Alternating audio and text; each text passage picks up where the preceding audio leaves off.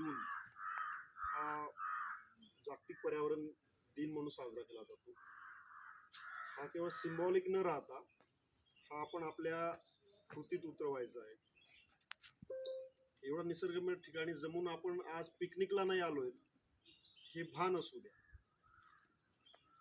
मी काही सूचना देणार आहे, त्या तुम्ही जर आज पण अवलंबल्यात आणि या पुढं पण जर अवलंबल्यात तर नक्कीच युवा परिवर्तन मंचचा जो मोटिव्ह आहे तो सफल होईल. मला तुम्ही सांगा, तुमच्यापैकी किती लोक मोबाईल कॅरी करतात? सगळे? मी नाही करत. मला सांगा, तुम्ही तुमच्यापैकी किती लोकांनी आज टूथपेस्ट वापरलंय?